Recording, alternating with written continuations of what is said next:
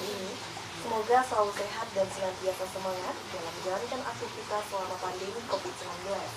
Senang sekali rasanya saya salah satunya dapat kembali menyapa Anda dalam program Dialog Spesial hari ini.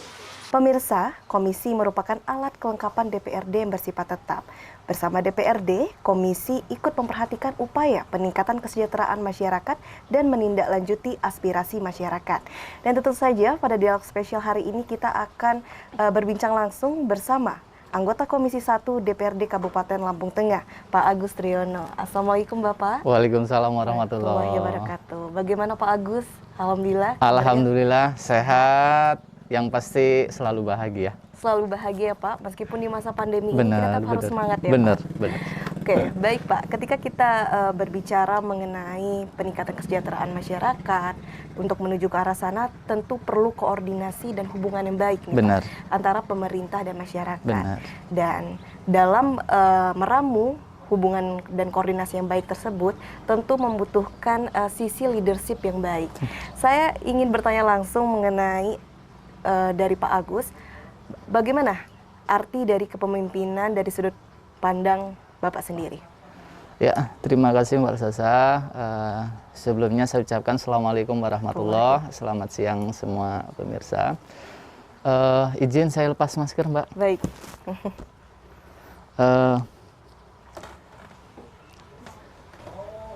Menurut saya dalam segi pandangan umum, pemimpin itu merupakan sosok yang memang mungkin akan membawa ke arah mana orang-orang yang dipimpin, baik dalam skala personal ataupun kelompok, untuk menjadi goal yang telah ditetapkan. Yang pasti, pemimpin itu adalah seseorang yang mampu merubah suatu orang yang dipimpin, baik kelompok ataupun personal, untuk menjadi lebih baik. Karena tolok ukur keberhasilan pemimpin itu sendiri mampu merubah sesuatu hal yang kurang baik menjadi baik. Yang pasti ada peningkatan di situ. Baik. Sehingga yang menjadi poin dari sisi leadership dari kacamata Pak Agus itu adalah perubahan. Harus ada perubahan menuju ke arah yang lebih baik. Ke arah yang lebih baik. Benar. Dan untuk menjadi pemimpin itu kan sangat sulit, Pak. Benar. Penuh sekali tantangan. Apakah Pak Agus sendiri setuju, Pak, dengan mengatakan bahwa seorang pemimpin itu tidak bisa salah? Tidak. Bagaimana Pak? Kembali kodrat manusia, pemimpin itu sendiri sebenarnya ya sama dengan kita semua, termasuk orang yang dipimpin, yaitu balik lagi ke kodratnya manusia. Dan manusia ini merupakan makhluk Allah yang memang tempatnya salah. Salah. Cuman begini, terkait masalah kepemimpinan, sebenarnya di pemimpin ini sendiri ada 3 jenis menurut saya. Yang pertama itu pemimpin yang karismatik. Baik. Nah, kalau pemimpin karismatik itu memang sudah lahir beliau, memang sudah ditunjuk untuk menjadi pemimpin. Baik. Contohnya Bung Karno. Beliau memiliki karismatik tersendiri dalam memimpin, yang mana memang rakyat Indonesia sampai dengan sekarang pun tidak bisa melupakan siapa itu Pak Soekarno. Itu. Karena memiliki aura sendiri. Benar, karisma yang memang dianugerahkan oleh Sang Pencipta kepada beliau. Jadi bisa dikatakan itu adalah merupakan bakat bawaan, dan memang ada jiwa pemimpin yang memang ada dalam diri dia. Itu karismatik. Terus yang kedua, pemimpin transaksional. Nah, ini menurut saya, menurut pandangan kacamata saya, pemimpin transaksional itu adalah salah satu ciri pemimpin yang mungkin harus kita hindari. Yang mana memang dalam segi transaksional ini, karena goal pemimpin itu adalah memanfaatkan bawahannya untuk mencapai goal. Jadi menurut manajemen kepemimpinan itu, pemimpin itu sendiri adalah seseorang yang bisa memanfaatkan anak buahnya, organisasinya, bawahannya untuk menuju ke goal-goal tertentu yang ditentukan oleh pemimpin itu sendiri. Nah, di sistem transaksional ini juga jarang diterapkan di kalangan masyarakat, terutama pada umumnya di dunia. Dan yang ketiga menurut saya, pemimpin ini ada salah satu lagi, transformasional. Jadi jenis kepemimpinan ini yang pada saat ini banyak digunakan oleh organisasi-organisasi yang ada di Indonesia terutama. Yang mana di jenis kepemimpinan itu mengutamakan dari segi perhatian, komunikasi, terus dia lebih memperhatikan resiko juga. Resiko. Gitu. Yang pasti termasuk di dalamnya itu ada memasukkan unsur komunikasi antar anggota. Jadi enggak Antar serta pribadi. mutlak dari pemimpin harus begini, enggak. Iya, Jadi baik. lebih ke sifatnya komunikatif lah, Baik. dengan memperhatikan beberapa unsur tadi. Baik. Itu. Sehingga komunikasi yang ditekankan pada Benar, jenis bawahannya. pemimpin ini. Benar. Jadi dengan aspek-aspek humanis ya. benar, tentunya, Pak. benar. Jadi dalam segi kepemimpinan yang saya sampaikan itu tadi, itu yang lebih banyak diterapkan dan pada saat ini itu yang lebih cocok untuk Lebih kondisi cocok. di Indonesia ini. Sehingga bisa disimpulkan apakah dari salah satu dari ketiga jenis tersebut, jenis yang ketiga lah yang paling efektif Paling untuk efektif. digunakan?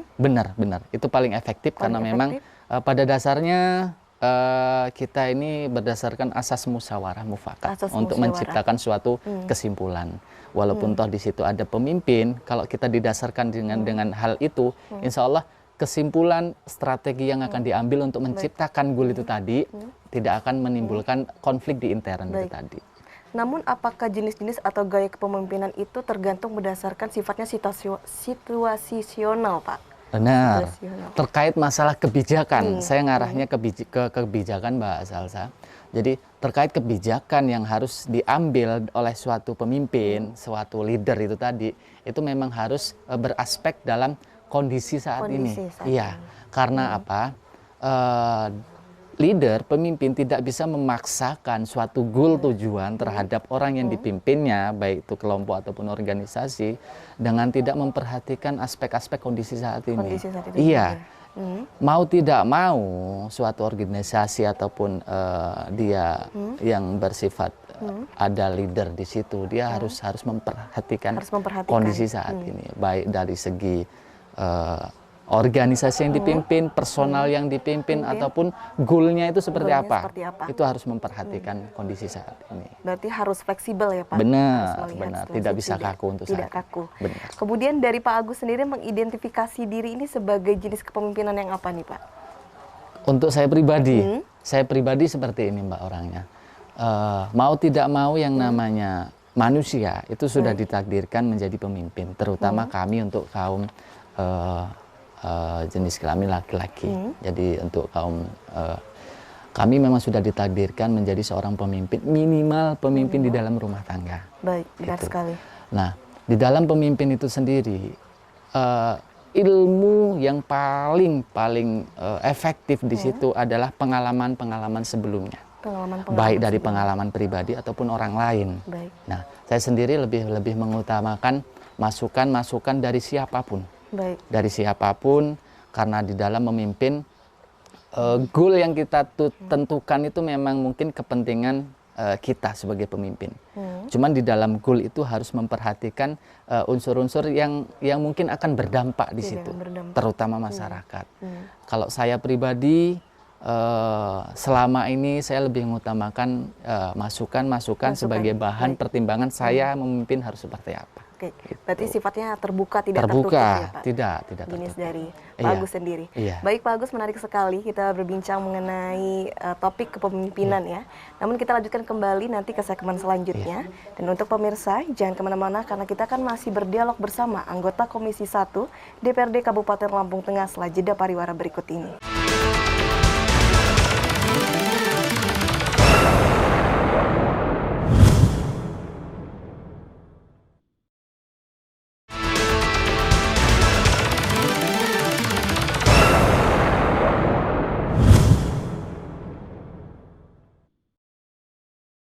Pemirsa, Anda kembali menyaksikan dialog spesial dan tentu kita masih berdialog bersama anggota Komisi 1 DPRD Kabupaten Lampung Tengah. Baik Pak Agus, kita lanjutkan kembali perbincangan kita. Di segmen sebelumnya tadi kita sudah banyak membincang mengenai kepemimpinan atau bisa disebut juga dengan kepala. Ini Pak, membahas mengenai kepala kampung yang sempat ditunda karena pandemi COVID-19. Apakah di Kabupaten Lampung Tengah ini sudah mempersiapkan Pak untuk di tahun selanjutnya? Persiapan apa saja yang sudah dilakukan spesifik? Ya, terima kasih Mbak. Jadi memang benar adanya terkait masalah pemilihan kepala kampung yang mana memang di Kabupaten Lampung Tengah sendiri itu ada aturan Perda 19 2019 yang mengatur masalah susunan perangkat Baik. kampung. Dan terkait masalah timing waktu pemilihan, saya di anggota Komisi 1 juga belum mendapat informasi yang Belum pasti mendapat informasi kapan implementasi pelaksanaan dari pelaksanaannya itu tadi. Cuman yang pasti bisa dipastikan untuk pemerintah Kabupaten Lampung Tengah di tahun 2022 itu sudah di-plotting anggaran untuk ke sana. Yang pasti itu akan dilaksanakan di Kabupaten Lampung Tengah di tahun 2022 nanti. Baik. Itu Dari segi anggaran sudah dipersiapkan sudah ya, Pak? disiapkan kami. Kemudian apakah sudah ada antisipasi nih Pak untuk dari segi keamanan, ketertiban, kondusifan selama pemilihan Pilkakam nanti di tahun depan? Iya. Mengingat bahwa pandemi ini kan kita belum tahu kapan berakhir, Pak. Benar Mbak, terkait pandemi, kalau harapan saya pribadi, pemerintah pusat juga harus segera mengambil langkah, menentukan pandemi ini mau dibawa kemana. Baik. Masalahnya kalau mau kita tetapkan terus ke pandemi, kondisi kita di bawah ya akan seperti ini terus. Dan yang pasti terkait masalah apa yang disampaikan sama Mbak Salsa tadi, kami sudah berkomunikasi dengan Dinas PMK dalam hal ini. Mereka orang sudah menyampaikan kesiapan itu untuk tahun 2022. Tentunya dengan antisipasi tadi pandemi COVID itu tadi, yang mana kalau itu nanti akan dilaksanakan tentu akan memakai protokol kesehatan yang sangat ketat. Yang sangat ketat itu dalam bentuk seperti apa, Pak? Yang pasti di situ kita harus memperhatikan prokes kesehatan, mulai dari tatanan jarak antar pemilih, karena di indikasi nanti kalau seandainya toh terjadi itu karena masing-masing kampung itu juga jumlah pemilihnya lebih dari 500, kita juga akan mengikuti aturan dari pemerintah terkait masalah prokes, yang mana di dalam satu TPS itu kita tidak bisa melebihi kapasitas yang telah ditentukan oleh pusat. Jadi ada pembatasan-pembatasan. Ada pembatasan-pembatasan. Lalu apakah persentase dari vaksin juga menentukan untuk terselenggara atau tidaknya Pilkakam di tahun depan ini? Karena jika tidak ini diantisipasi, maka akan memunculkan klaster baru juga nih Pak di tahun depan. Benar Mbak, terkait masalah vaksinasi, beberapa minggu yang lewat, saya sempat ngobrol dengan Pak Bupati langsung, yang mana memang Lampung Tengah ini menargetkan di Desember ini sudah sekitar minimal 40% vaksinasi dari jumlah penduduk, yang mana kalau kita sudah memenuhi target itu, ada kebijakan-kebijakan khusus untuk daerah yang sudah melaksanakan target vaksinasi itu tadi, termasuk terkait masalah pelonggaran terhadap kegiatan yang berdampak ke pengumpulan massa. Itu. Jadi sangat berpengaruh. Cuman sepengetahuan saya di DPR pengawasan di bawah itu target vaksinasi insya Allah dengan pelaksanaan kegiatan yang sudah kita laksanakan pada saat ini, target itu insya Allah di Desember nanti kita dapat melampauinya. Baik. Itu. Sehingga di Desember ini semoga tercapai ya Pak, insya Allah, target vaksinasi. insya Allah tercapai. Sehingga nanti pelaksanaan Pilkakam di tahun depan dapat berjalan secara kondusif. Tidak memunculkan klaster baru. Lalu apakah sudah terdata nih Pak mengenai sudah ada berapa banyak calon kampung nanti yang akan bertarung di tahun depan? Iya. Koordinasi terakhir kami di 2022 nanti akan ada sebanyak 84 kampung yang akan mengikuti pemilihan Pilkakam serentak nanti 2022. 84 kampung. Iya. Dan lalu apakah juga sudah disiapkan pemerintah nih Pak untuk memastikan Pilkakam ini benar-benar diikuti oleh calon kampung yang integritas? Tadi kan di segmen sebelumnya kita sudah membahas ya Pak mengenai kepemimpinan. Benar. Ini ada korelasi di pertanyaan ini. Jadi gini, terkait masalah kepemimpinan yang berimbas ke calon kepala kampung, itu sebenarnya balik lagi ke pribadi nanti. Pribadi personnya. Masalahnya antara orang yang satu dengan orang yang dua, itu pola kepemimpinan dan cara memimpin juga berbeda.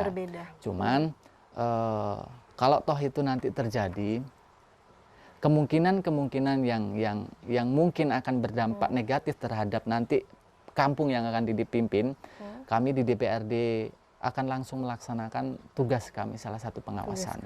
Itu. Jadi memang antisipasi itu yang harapan kami tidak bisa menimbulkan dalam cakupan luas melahirkan kepala kampung yang kurang bagus. Itu. bagus.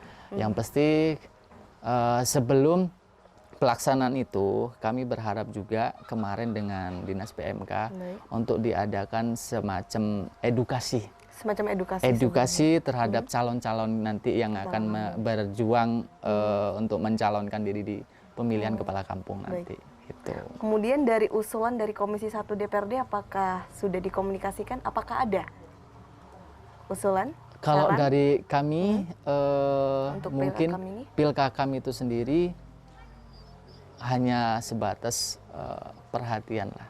Karena kami di DPRD tidak bisa menjas masuk ke dalam pelaksanaan itu, mengingat tugas fungsi pokok kami itu hanya 3. Baik. Legislasi, pengawasan, dan badan anggaran. Baik. Legislasi dasar sudah ada, pengawasan nanti pelaksanaannya, dan penganggaran yang sudah saya sampaikan tadi sudah kami siapkan di 2022 untuk pelaksanaannya. Yang jelas nanti pengawasan akan dilakukan setelah kami laksanakan. Dan bagi kepala kampung yang memang nanti setelah terpilih tidak menjalankan tugas dia secara baik, yang mana baiknya pemimpin itu seperti apa, kami pun akan mengambil langkah tegas terkait masalah itu. Iya. Namun apa sih Pak yang diharapkan untuk calon kepala kampung di tahun depan dari kacamata Pak Agus sendiri? Iya. Kalau saya berharap terhadap calon kepala kampung begini, Lampung Tengah ini ikon Lampung Tengah ini sifatnya masih umum. Begitu juga terhadap kampung-kampung yang ada di Lampung Tengah. Jadi kami ini di Lampung Tengah ini belum mempunyai ciri khas, ikon khusus. Kampung A, ikonnya A. Nah, itu kami belum punya. Jadi harapan saya terhadap nanti kepala kampung yang terpilih bisa memberikan edukasi terhadap bawahannya supaya kampung kita ini berkembang, salah satunya dari unsur apa. Itu akan sangat berdampak langsung terhadap masyarakat yang dipimpin. Itu. Sehingga harapan untuk kepala kampung di tahun depan bisa lebih kreatif ya, iya, Pak? Benar. Bisa kreatif. Menonjolkan ciri khas benar. Setiap masing-masing kampung. Benar. Itu. Baik, Pak Agus, untuk menghindari penyimpangan wewenang misalnya pada dana desa, ada nggak Pak kiat-kiat khusus yang mungkin bisa menjadi tips juga untuk para calon kepala kampung yang saat ini mungkin sedang menyaksikan, karena itu juga menjadi salah satu godaan besar juga ya Pak. Jadi begini, terkait masalah anggaran dana desa, sebenarnya di masing-masing kampung pun sudah ada pengawas dana desa. Cuman kita lihat tinggal efektif atau tidaknya. Cuman sepengetahuan saya, pelaksanaan dana desa untuk di Lampung Tengah itu sendiri berjalan dengan maksimal. Adapun 1-2 yang melaksanakan tidak sesuai dengan ketentuan, itu sudah ada action dari kami selaku anggota DPRD melakukan pengawasan langsung. Karena indikasi penyelewengan, kebijakan, anggaran melalui ADD itu sendiri, kita sebagai masyarakat sendiri bisa melaksanakan pengawasan. Baik. Tinggal kita berani atau tidaknya menyampaikan, misal kalau toh di situ ada penyelewengan.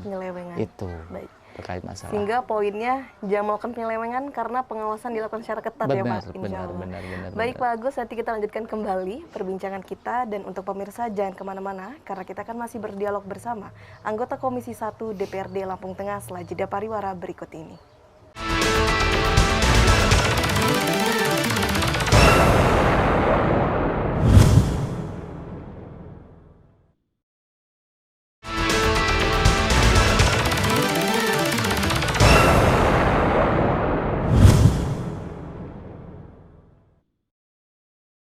Terima kasih pemirsa, Anda kembali menyaksikan dialog spesial hari ini dan kita masih berdialog bersama anggota Komisi 1 DPRD Lampung Tengah. Baik Pak Agus, kita lanjutkan kembali perbincangan kita. Di segmen sebelumnya kita sudah banyak membahas mengenai Pilkakam, kemudian kepemimpinan, dan menarik sekali saya ingin bertanya mengenai salah satu tanggung jawab dari DPRD itu adalah untuk menjaring aspirasi rakyat. Lalu di masa pandemi ini apakah masih rutin dilakukan Pak secara langsung? Ya, terima kasih Mbak. Jadi tugas kami selain memang tugas pokok 3 poin tadi, ada salah satu yang memang tugas terkait masalah jaring aspirasi.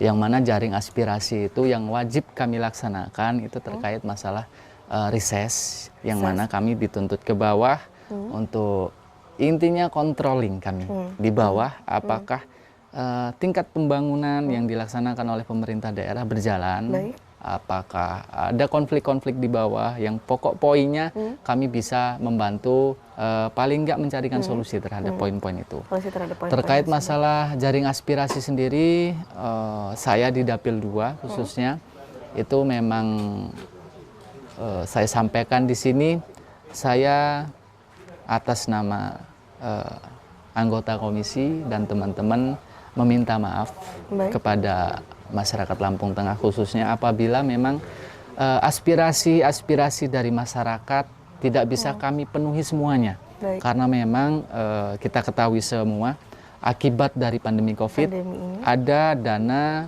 yang harus kami alirkan untuk penanganan tersebut. Cuman kami insya Allah yang mana dalam segi prioritas aspirasi masyarakat, insya Allah itu yang akan kami prioritaskan. Akan prioritaskan. Iya, itu. Apa yang paling banyak dikeluhkan masyarakat dari hasil reses tersebut, Pak? Di dalam reses, karena mayoritas Lampung Tengah ini untuk akses infrastrukturnya itu bisa dikatakan tidak bagus, itu yang menjadi pokok poin dimanapun kami melakukan jaring aspirasi. Jadi terkait masalah infrastruktur. Yang lain mungkin terkait masalah pertanian. Cuman lebih detail lagi keluhan dari masyarakat di bawah itu terkait masalah aspirasi. Jalan rusak. Jalan rusak. Nah, sesuai dengan program Pak Bupati dan Wakil Bupati yang terpilih, yang mana memang salah satu programnya itu Sijalu, semua jalan infrastruktur mulus itu. Kami sangat mensupport, mendukung terkait masalah itu. Sama kita ketahui bersama kalau pemerintah Kabupaten Lampung Tengah lagi gencar-gencarnya terkait masalah program infrastruktur. Infrastruktur. Sehingga pembangunan infrastruktur ini masih menjadi fokus atau prioritas utama meskipun di masa pandemi ya Pak? Iya, tetap menjadi fokus kami terkait masalah infrastruktur.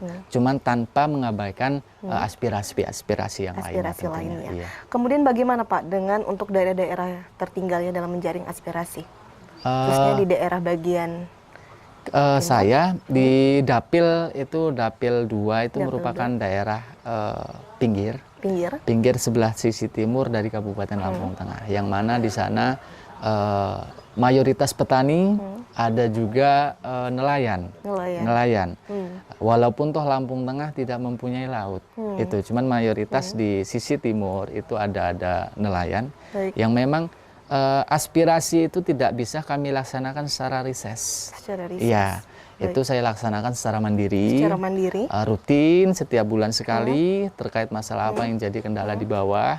Cuman balik lagi keterbatasan kami. Pemerintah Lampung Tengah itu kalau memang tuh ada aspirasi yang memang belum bisa kami penuhi. Bukan kami tidak mau, cuman kembali lagi kapasitas kami. Juga disesuaikan. Lalu apakah baru-baru ini sudah ada mengenai aspirasi dari masyarakat yang sudah berhasil dipenuhi, tertangani? Mungkin bisa diceritakan Pak. Jadi saya lebih spesifik Mbak di sini. Kecamatan Bandar Surabaya adalah kecamatan paling pinggir di Lampung Tengah, yang mana itu berbatasan dengan Lampung Timur dan Tulang Bawang. Selama ini sudah kurang lebih 15 tahun. Aspirasi mungkin ada yang dilaksanakan di sana, cuman kurang maksimal. Dalam segi kurang maksimalnya titiknya. Terus yang kedua masalah penyampaiannya. Jadi misal nih pemerintah Kabupaten Lampung Tengah membangun infrastruktur jalan di Kampung A. Penyampaian jenis ini yang kurang maksimal ke masyarakat. Jadi karena mayoritas masyarakat petani, ya pagi berangkat ke sawah, sore pulang dari sawah, malam istirahat di rumah. Jadi info-info yang seperti itu yang memang harus diedukasi ke bawah untuk lebih disampaikan ke masyarakat, yang mana di situ membuktikan bahwa pemerintah Kabupaten Lampung Tengah ini ada. Gitu.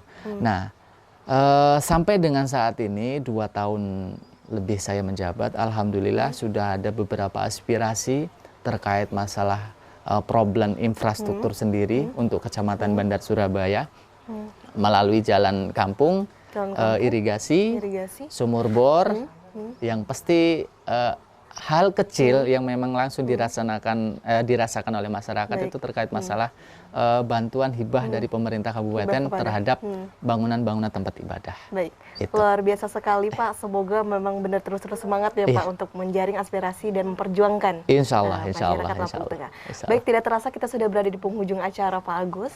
Mungkin sekiranya bisa disampaikan apa yang disampaikan untuk pemirsa yang telah setia menyaksikan kita dari awal hingga akhir. Saya Agus Triyono dari Dapil 2, anggota DPRD fraksi PKS, berharap untuk kita masyarakat Kabupaten Lampung Tengah untuk selalu tetap mengutamakan kesehatan di era pandemi ini.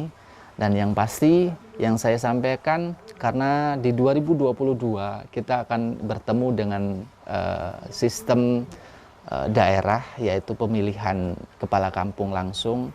Saya berharap terhadap nanti calon-calon kepala kampung lebih mengutamakan jiwa kepemimpinannya ketimbang egonya sendiri sebagai manusia. Kenapa? Kita di dalam bekerja ada yang mengukur kita, ada yang menilai kita. Bukan kita yang menilai kinerja kita sendiri. Apabila kita di situ bekerja lebih baik dari yang sebelumnya, saya pastikan di situ ke depannya Anda akan bisa menjadi pemimpin yang lebih besar lagi. Dan terkait masalah aspirasi, saya berharap untuk kita semua masyarakat Lampung Tengah untuk lebih proaktif mengawal kami, mengawasi kami, karena yang kami laksanakan itu semua adalah dana-dana uang-uang dari masyarakat, Bapak Ibu semuanya. Baik. Terima kasih. Luar biasa sekali Pak Agus. Semoga Pak Agus sukses dan sehat selalu ya Pak. Kedepannya dan selalu bisa memperjuangkan amanah dari masyarakat. Baik, tak lupa saya ucapkan juga untuk seluruh pemirsa yang ada di rumah yang telah setia menyaksikan dialog spesial hari ini dari awal hingga akhir. Dan kita doakan semoga dari Komisi 1 DPRD Kabupaten Lampung Tengah dapat terus memperjuangkan aspirasi masyarakat. Dan saya Salwa Sakinah mewakili kru yang bertugas hari ini pamit undur diri. Wassalamualaikum warahmatullahi wabarakatuh. Sampai jumpa. Waalaikumsalam warahmatullahi wabarakatuh.